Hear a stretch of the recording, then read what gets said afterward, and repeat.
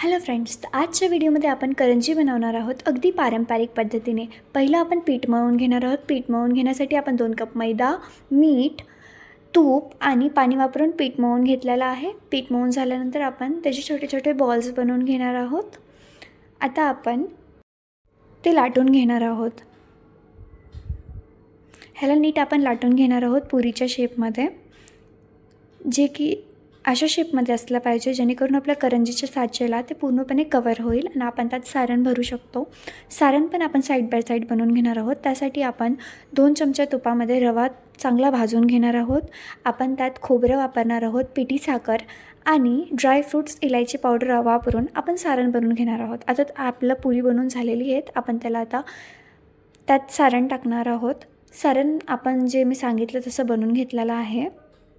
आता त्या सारणाला आपण हात घालून आपली पहिली करंजी रेडी करून घेणार आहोत. ह्याला नीट आपण प्रेस करून घ्यायचं जेणेकरून ते तेलामध्ये फुटणार नाही आपली करंजी. अशाच मी बाकीच्या पण करंजी बनवून घेणार आहे. आता तुम्ही एक बघू शकता झाल्यावर कशी दिसेल. अशाच मी आता बाकीचे बनवून घेत आहे. आता आपण ह्याला तेलामध्ये फ्राय करणार आहोत. आपण ह्याला मीडियम फ्लेममध्ये फ्राय करणार आहोत. फ्राय झाल्यानंतर हे गोल्डन ब्राऊन झाले की काढून घेणार आपण ह्याला आणि आता आपण ह्याला सर्व करणार आहोत. आपले करंजी आता रेडी आहे.